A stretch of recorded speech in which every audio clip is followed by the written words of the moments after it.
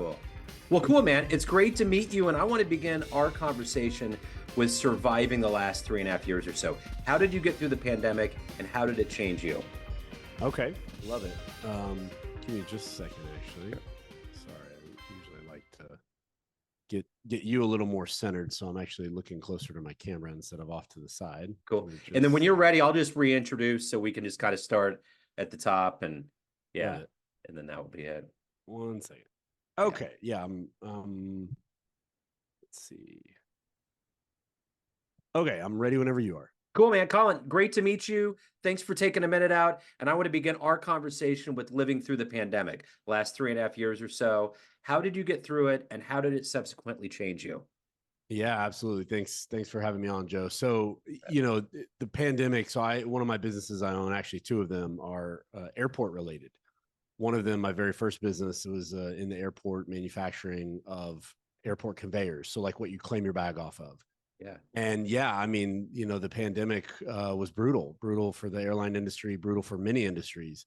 We had kind of that in between ground. We weren't really shut down by regulation, like movie theaters and some of those types of businesses, but we basically went to zero practically. And so, I mean, it's been really tough. I'm tied in with a lot of entrepreneurs. I know that a lot of them survived off of PPP money, ERC money, just the things the government was doing to help, fund businesses. But, that money has run out now. And so that's been a really hard shift for people. They haven't maybe taken off the way they were hoping they would post pandemic.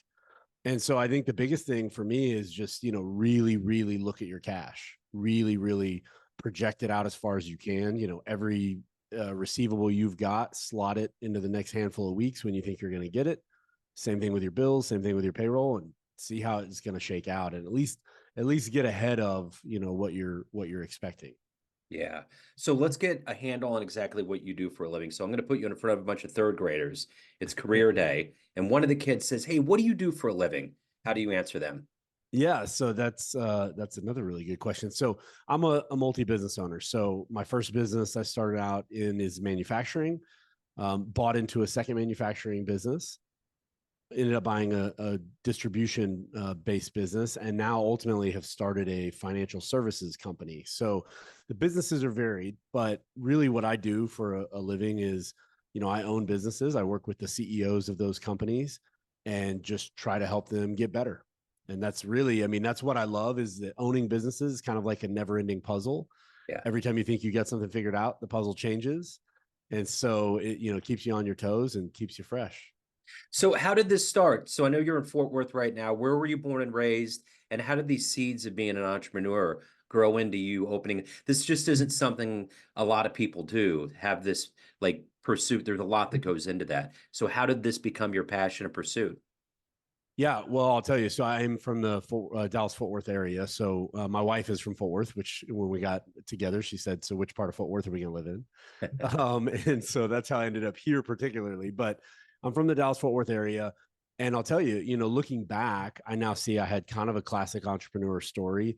I always say I was a bad kid. I got in trouble, had terrible grades. I was just disengaged. I just didn't care. I wasn't bought into kind of the way school was working, and really checked out on that. I excelled at my jobs from the time I was 14, 15, always had a job, always really focused on that.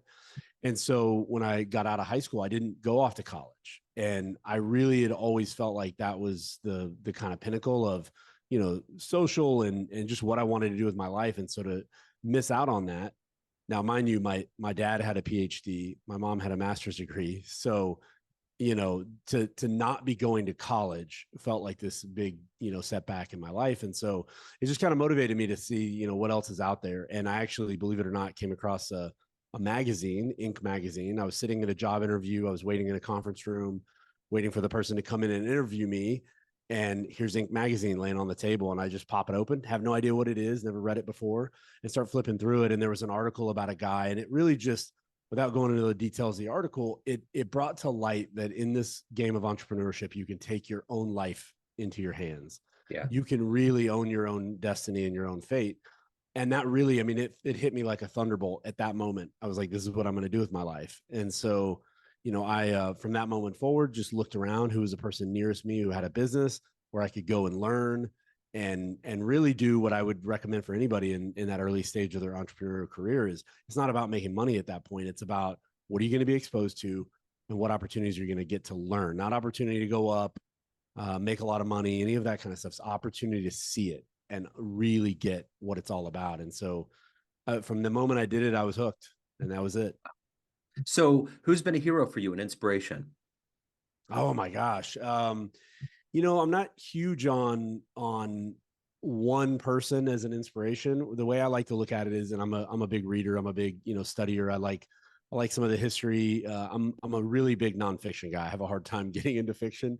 Yeah. But I like to take a character trait of people. You could take a Teddy Roosevelt, somebody who had incredible energy. I mean, that guy was like a mile a minute dictating to two different people while taking a meeting. I mean, he was a wild man in terms of his work output and his passion for what he was trying to accomplish, and also approached it with like really high-minded ideals. Yeah. And so I can appreciate that about Teddy Roosevelt. And then I can look at Richard Branson and say, man, this guy has cracked the code in terms of, I always say entrepreneurial lifestyle is what I'm after.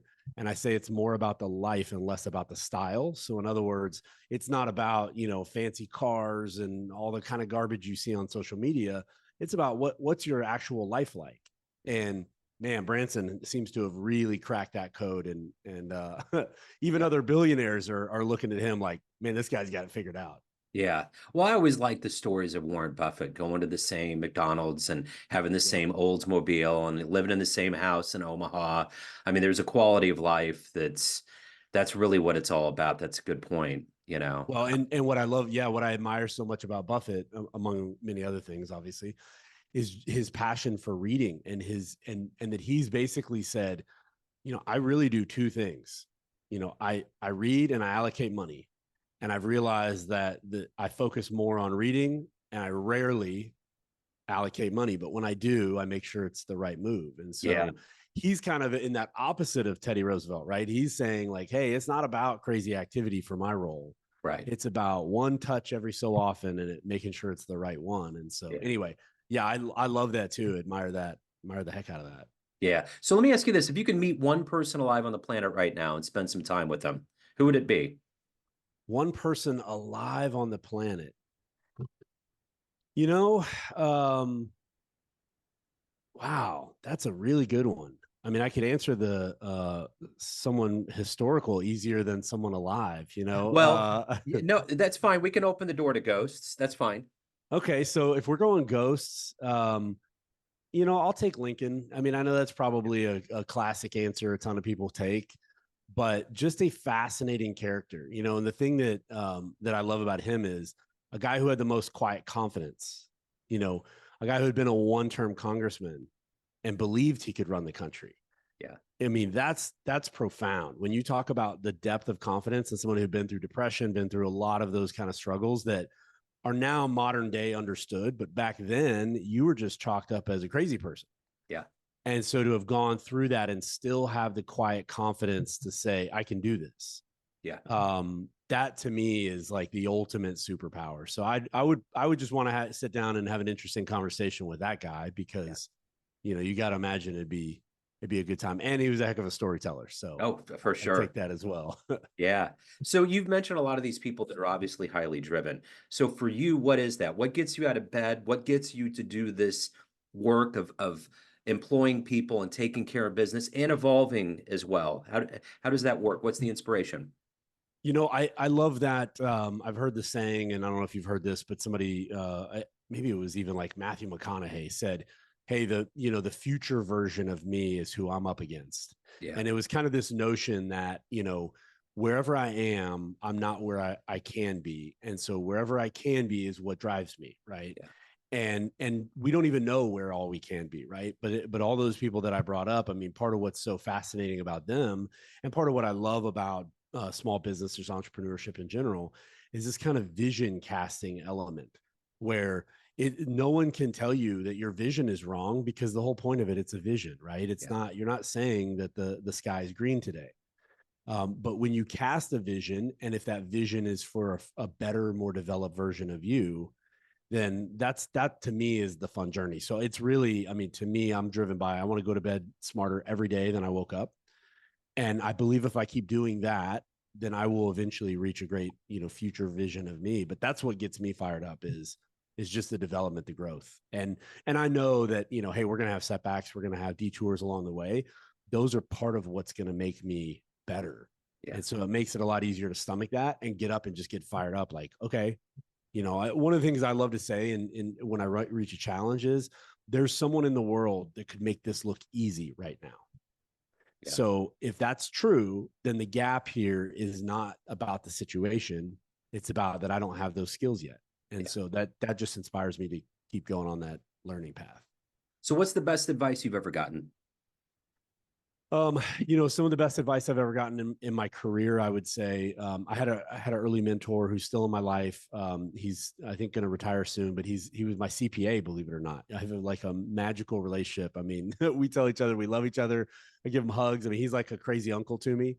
But he told me one of the most profound things, and I was in my early 20s, and I made sure to tell my kids this the minute they could learn, basically. As I said, he told me that you're in control of your mind. And that thought that there was a disconnect between my mind and the way that it worked and kind of me as this power that's in charge of what I'm doing was kind of a very foreign concept. I've never thought of anything like that before he said it. But as he explained it to me, it was, hey, you're in charge of what you put in your mind. You're in charge of where you let your mind go. You're in charge of that journey within your own mind. And that we can lose sight of that. We all do. But when we're doing our best, I believe when we're growing is when we're really intentional with what we're doing with our mind. And that, that changed me. I mean, at the time I wasn't a prolific reader. I wasn't really focused on, developing myself, and thinking about it that way felt like it gave me a different lever to pull. As an avid reader, what was the first early book that you read that really either made you want to read more or just had a profound impact that you've gone back to? Man, this is going to sound so corny, Joe, because I'm sure it's like half of every entrepreneur. I read Good to Great in 2005, 2006. And at the time I was running a small struggling business, and this hedgehog concept changed my life. I mean, it really did. I looked at our business and said, man, 70% of what we're doing, we're mediocre at best. And we're playing this big boy game as a teeny tiny little company. 30% of what we're doing, we're the best at. We're the best there is. And I said, what if we made a whole company out of that? And so when I took over my first company, that's exactly what I did. Was I basically scrapped 70+% of our revenue, focused the energy on the third that was left. And I said, hey, I'm going to wake up every day and figuring out how to make that, us the best in the world at that. And so that kind of concept of, what drives your economic engine? What do you have the passion for? And what can you be the best at? That really changed my whole world. And that was obviously a breakthrough book for a lot of entrepreneurs. So let's say you have a dream tonight. You run into the 20-year-old version of you, and you could give that young version a piece of advice based on the life you've lived, the wisdom you've gained. What Yeah. advice would you impart on that young version of you? The 20-year-old version, hadn't discovered entrepreneurship. The 20-year-old version, I would just say, hey, there's a path out there. You need to look in entrepreneurship. There's a path. Don't leave it to being left in the conference room and hoping you find that magazine, right? Go out there and look at, there is a version of life where you can take life by the reins and you can control your own destiny and, shape up, get your mind tight. That's one of the things I tell, I coach a lot of kids. Have kids in that age right now where we're coaching. And I'll say that to other kids, like, hey man, get your mind tight. Like you see people losing it, the frustration, and so for me, it was get your mind tight in terms of believing that you can take control of this. Because I felt like I was kind of twisting in the wind at 20. And by 23, 24, my world was lit on fire. I was going 100 miles an hour every day, dreaming about business. I mean, just have been obsessed with it ever since. So of all the things that you've done professionally, what are you the proudest of? I'm the proudest of developing my own interpersonal skills. So, that was one thing that I struggled with pretty early. I think like a lot of very driven people, I can be short with people. I can be, easy to frustrate, easy to kind of have that short leash. And so to learn how to control that and be more thoughtful about, because I've always loved people. And for me, that kind of shortness, that bluntness comes out of frustration, and the frustration comes out of seeing the disconnect between where things could be versus where they're stuck. And, and feeling like, man, if there's a reason we could have just prevented that, what would that have meant? Yeah. And so, really developing and having to do some soul searching. I went to the Dale Carnegie course. I recommend that for everyone. That Dale Carnegie course is magic. It's absolutely magic. And so I went through that course and came out of it with the highest award for achievement, which is kind of their, class honor. One person from each class gets it. Warren Buffett, that's the one thing on his office wall he's talked about, is that he has his highest award for achievement from the Dale Carnegie course. Yeah. And so that for me, I think would be the biggest one, is really diving into that part of me and not just making it all about the technical data and numbers and all the stuff that interests me intellectually, but really focusing on myself. So Colin, everyone out there has a perception of you. There's all these pockets of people, family, friends, your employees, your contemporaries, but you run the show. What's your perception of you? Who do you think you are? Yeah, I think I'm, like I said, I think I'm passionate about learning. I think I've got a ton of mental potential. I think that I'm kind of a classic visionary, that I can get in my own way sometimes, get too deep into my own brain. But I'm somebody who believes I'm kind of a terminator toward those goals. I'm coming for it. So I believe that I'm going to do some big things. It's not about getting credit for those things. It's about figuring out the win of being very successful in business, being a great dad. I take off a lot of time. I took my kids to school this morning, like I do every morning. I get home as quickly as possible. I coach all their teams if they want me to, so trying to win on every level. And I believe that'll mean that I won't be earth-shatteringly successful probably on any level, but across the table, that's it. Wanting to be something my kids are proud of. So if anyone wants to reach out, learn more about you, anything about your world, where can they go? Yeah, easiest thing's LinkedIn. So I'm on LinkedIn all the time. I love LinkedIn. Doesn't have some of the toxic, crazy stuff that other social media has, but it still has enough good stuff to keep you interested. So yeah, just look me up, Colin Sanburg, on LinkedIn, or my website for the company I'm currently working on is FinElevate.com. So those are the two easiest. Cool. Colin, this has been great. Thank you for your story. Thank you for your time, and have a great 2024. Thanks, Joe. Thank you, sir.